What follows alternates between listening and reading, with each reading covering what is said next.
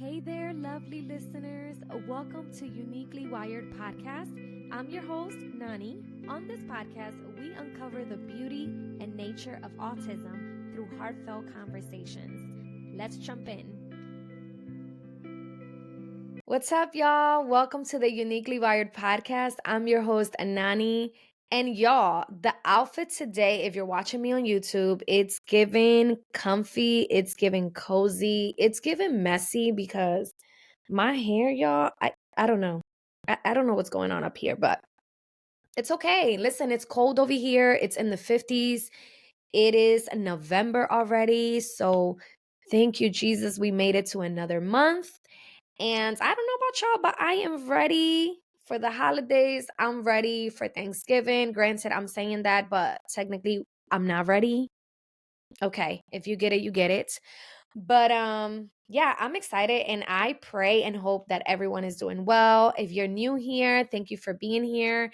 I pray that this episode blesses you and any episode that you listen to on the podcast. And you guys know that I was recently diagnosed with ADHD. And so I already have an episode up where I speak about it and also, just how it made me feel.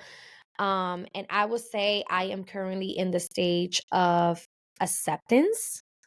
First, I had to recognize that I had it. Two, I had to get the help that I needed and, receive my diagnosis. And three, it's just me going through the acceptance part. And I'm grateful, because I do have a diagnosis. So now I know the things that I need to work on. I know the things that I need to face and deal with. And so that's a good feeling. So, on this episode specifically, we're going to talk about unmasking ADHD and recognizing the signs in women. Sorry, man, I don't have nothing against you. I'm just obviously speaking for myself and other women that may have ADHD or may be in the process of getting the diagnosis. I know that after that episode of me talking about my diagnosis, a lot of you ladies reached out to me, just being thankful for putting myself out there, but also for making that space for others to feel seen and also know that if they need help, they can seek that help without any judgment or feeling any less of themselves. And so I'm proud of you if you ended up going to, get the diagnosis or get therapy and really find out how you can best get help for yourself. Then good for you, girl. Do what you got to do. So let's talk about why ADHD in women is often overlooked. Well, historically, ADHD research focused on young boys whose symptoms tend to be more obvious and disruptive. However, ADHD presents differently in women. Many girls and women develop strong coping mechanisms to manage symptoms, leading them to mask their struggles. Masking involves hiding symptoms, hiding those ADHD traits, right? So, here are two key points. Late diagnosis. Many women, including myself, are diagnosed later in life. Second point, masking symptoms, okay? Masking symptoms creates exhaustion and can lead to burnout because it involves constantly hiding one's true self. So, for that part right there about masking, which is why this episode is titled Unmasking ADHD, I know for myself, if I'm at like an event or that could involve a birthday, that could involve a wedding, that can be a baby shower, a bridal shower, whatever it is, even church, and I'm with a group of people and all of a sudden I start feeling weird or just like the weird one. um I tend to mask those ADHD traits where I'm being too much because now I'm like, all right, well, they're all calm. Maybe I need to be calm as well. Maybe I need to take a seat and okay, not say anything or do anything um until I'm like fully like, okay, I can do this and I don't think I'm going to be judged, right? So it's hard. It's hard for us ADHDers to you know, be our full self 100% because we do overthink a lot. At least I do. And so we can become afraid of what are people going to think or say. And so let's talk about the key symptoms of ADHD in women. Now, again, if you have ADHD and you're a woman like myself, um, and you don't really struggle with all of these signs, that's okay. Um, and if you do struggle with all of them, that's okay too. I see you. So, unlike the hyperactivity often seen in boys, ADHD in women is typically more internalized. Okay, that's me. It's more internalized. Which means it may show up as a mental or emotional symptom rather than physical ones. Let's go over some of the signs in women that are frequently overlooked. Number one, difficulty staying focused, inattentiveness. So, women with ADHD often have trouble paying attention to everyday tasks and conversations. So, with me, if we're having a conversation, best believe I am going to zone out. At some point during our conversation, I'm going to zone out. And I'm sorry, it's not intentional. I'll say that right now. It's not intentional. It just happens. It happens. And I promise you, 9 times out of 10, I cannot control it. I zone out. And this is the thing, you're not even going to notice because literally it's being internalized. So you're not even going to see it. Um, I will catch myself though, and I'll have to ask you, like, wait, what was that? Yeah, I've zoned out, sis. I need you to repeat yourself. Misplacing things. Oh yeah. Queen over here of misplacing stuff. Um, and I also struggle with following through projects a lot of the times. Number two, emotional sensitivity and rejection sensitivity dysphoria. I learned about that one when you guys know I have been reading the book on It All Makes Sense Now. And if you didn't get a chance to listen to my podcast where I talk about ADHD, I can put the link to that book down in the description of this episode. But y'all, if you have ADHD, you need to have this book, especially if you were recently diagnosed, or in the process of getting the diagnosis. I'm telling you, it is so, so good. Um, I just I just felt seen just reading the book. It's so amazing. So she talks about it on the book about, rejection sensitivity dysphoria. So many women with ADHD feel emotions more intensely. Not all women, but many women. And I would say I've gotten better with that. But yes, if it's something very like special to me or it just means a lot to me, then yes, my emotions will be pretty intense. And a lot of the times I battle with those emotions internally, so I won't always show it. Small criticisms or rejections can feel unbearable and trigger feelings of shame or low self-worth. This can lead to withdrawing from social interactions, which can result in feelings of isolation. Isolation is huge for us ADHDers. Excuse me. For us ADHDers, it's huge to feel isolated, and it happens way too often. It's part of the reason many women with ADHD struggle with mental health issues like depression and or anxiety. Um, so that's number two. Number three, impulsivity and difficulty with planning. So I would say I'm a pretty good planner, not with everything, but I tend to be pretty good. Now, the impulsivity part, 100%. And it doesn't always mean making big, rash decisions. Um, I will say I'm pretty good with making most of my decisions and decisions that I've made, but it can also show up as impulsive spending, which is something I've struggled with for for a long time. Difficulty managing time or blurring out thoughts all the time. All the time. I struggle with it. So this is a big struggle of mine. But I will say I'm going to give myself some props right now in public, okay, because I deserve it. Not to sound bougie, but I'm just saying, giving myself some grace. Um, with the impulsive spending, like I got paid this week and I'm like, you know what? I'm very proud of myself that I have not taken a trip to Target. I have not taken a trip to TJ Maxx, Marshalls, like my stores. Okay, girl. Ulta. I have not. I have not, y'all. My money's intact in my account. I am proud of myself for doing that. So, shout out to me for controlling that impulsivity.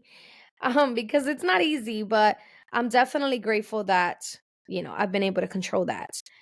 Because again, it takes time. It takes time. I'm still y'all, I'm still accepting myself. I'm still seeing my triggers and the things that I'm really struggling with and are really impacting my daily life. So, I'm giving myself grace as I go with it, as I go with the waves, I like to say. Number 4, perfectionism and overwhelm. So a lot of women with ADHD become perfectionists. We try to overcompensate to keep up, but this often leads to burnout. Even small tasks can feel daunting, leading to procrastination. That's me. And I know my therapist would ask me, did you procrastinate doing that or did you actually forget? Right? Because there's a difference between the two. And to be honest, 9 times out of 10, I do genuinely forget that I have started something. And this, I'm going to give you a raw, vulnerable example. Um, One day I was cleaning my 2.5 bathrooms, right? We have 2 full baths and then the half bathroom for guests downstairs in the living room area. And I mean, again, let me clarify that. The bathroom is not in the living room, okay? Just in case for those of you guys that are literal. I'm just saying it's downstairs. So I'm in a 2-floor house. Technically 3 because we have a basement. But anyways, we have 2.5 bathrooms, and so I literally cleaned my bathroom in my bedroom, right? And so I cleaned it. I was real motivated. Y'all, I kid you not, I don't even know what happened that I completely forgot that I had to clean the other full bathroom and the half bathroom. And there was product, like there was, product that I used to clean the bathroom. It was in the tub, in the kids' tub, because that was the kids' bathroom that I forgot, in the toilet, in the half bathroom, like literally. And you know when I remembered? Literally when I was ready to go to bed. Yeah.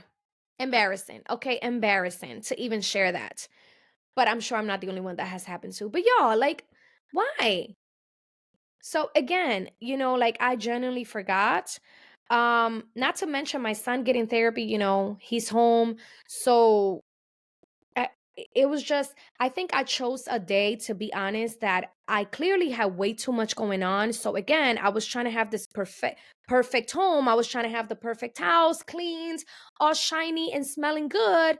And nah, sis, it was not working because I chose a day that clearly I had other big responsibilities that I had to take care of. And I need to have a specific day and time to make that my cleaning day and make a day my laundry day. So I'm working with that. I'm working on that, on setting a schedule where, okay, you know what, this day specifically is strictly for cleaning the bathrooms. This day specifically is strictly for cleaning the bedrooms and, organizing around the house. This day is specifically for laundry. Because 9 times out of 10, y'all, I'll start all of it together because I want to get it all done. And I want to make sure that the house is good and clean, that boom, the day goes by and I forgot. And so again, talk about unfinished projects, right? And then number 5, chronic forgetfulness and misplacing items. So I sometimes lose my car keys, forget appointments, or anything important, even with reminders.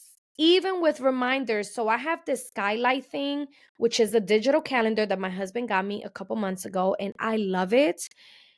So now my therapist was teaching me that, listen, if you're on the phone and you're scheduling an appointment, pull out that Skylight app and put that appointment in there. Okay. And put the time, put the location in there because it allows you to put the location and everything.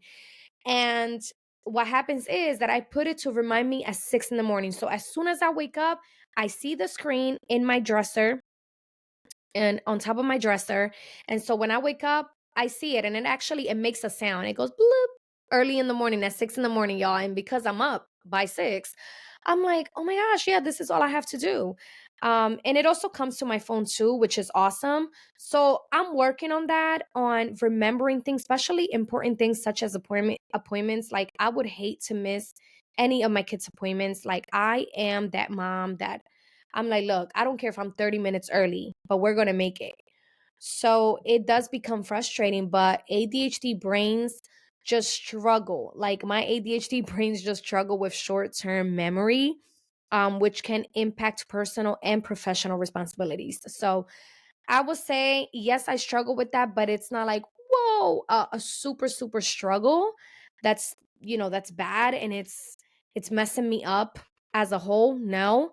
But it is a struggle. It is a struggle, and I've recognized that. And I've recognized that 100%. So I would say those five symptoms I just talked about, those signs, um, are things that I struggle with as an ADHD woman. So if you too struggle with that, and you have not been diagnosed with ADHD as of right now, and you're like, oh my gosh, like this makes so much sense. So, definitely, I encourage you to get the help and start off with speaking to a therapist. And, there's a way to get help, y'all. And there are ways to overcome these struggles that we have as ADHDers. So we are not alone, that's for sure. So, the struggle with self-esteem and relationships. So for many women with ADHD, struggling to manage symptoms can lead to feelings of inadequacy, shame, and low self-esteem. ADHD affects interpersonal relationships too, as challenges with communication, memory, and emotional regulation can create misunderstandings with friends, partners, and family. So I think this one is a big one. If you have a friend circle, if you have family, and you really feel comfortable sharing with them your diagnosis, or that, you're seeing these signs of ADHD and you really need the help, just explain to them, teach them, educate them. Just like if you're an autism mom or dad and you're out there educating the world, educate people too that are around you, especially your friends and your family in your circle. Explain to them, listen, I have ADHD. These are my struggles. Excuse me. These are my struggles. Um, I'm sorry. I'm not going to be perfect. I'm not always going to meet your expectations, but I just hope you can understand me. And just know, first and foremost, assure them that it is not intentional. It's not intentional. And so just pray and hope that they can understand you and accept you for who you are. And it's okay. It's okay. Not everybody is going to be able to handle your diagnosis. Not everybody's going to be able to deal with it. Um, or put up with it because they have their own things to deal with. And that's okay. They don't hate you. I'm learning to tell myself that they don't hate me. They don't look at me like this terrible person, right? Because I can easily overthink and start thinking like, oh my gosh, I'm terrible. I should have never said this. I should have never done this. I should have never looked this way. I should have never. It's just so easy to become so caught up in our inner thoughts that we just start making things up in our head. We just do. So, um, I think everything is solved when you have conversations with people and you just explain yourself. And I get it. Some of you may be like, well, listen, I'm not explaining myself to nobody. Okay, girl, go ahead and do you. Don't explain yourself. But then don't be mad when people are dismissing you or distancing themselves from you. People are not like, you can't expect people to guess how you're feeling. You can't expect people to guess, your likes and dislikes or your struggles. They're not God. They're not going to see that. Only God knows you, and only he can see the future for you and your struggles and your internalized thoughts and your overthinking. But we need to stop putting people on this pedestal, whether it's friends or family or just coworkers, whatever it is, in this pedestal that no, they need to understand me. They need to know where I come from. No, that's not the right attitude. You got to take a step back and educate those people around you in your circle, and explain to them your struggles. Explain to them, like, listen, this is what's going on. Now this makes sense why I took this a certain way. To me, it was more intense. It hurted me. I never showed it, and I apologize for that, but it hurt it, right? Especially if you struggle with intense emotions. So last but not least, y'all, seek support and resources. It's so much out there for ADHDers, believe it or not. You just have to do your research. So if you think you might have ADHD, the first step is self-compassion. Have self-compassion for yourself. Listen, it is not the end of the world. It is not a death penalty, okay? It's not a death sentence. You got this. Um and understand that this is not a personal failing. There are many supportive communities, therapies, and strategies that can help you manage ADHD and improve your quality of life. I'm beyond grateful for my therapist, and just my community, my friends, my family, my husband. Okay, my husband, man, he puts up with me every day, all day.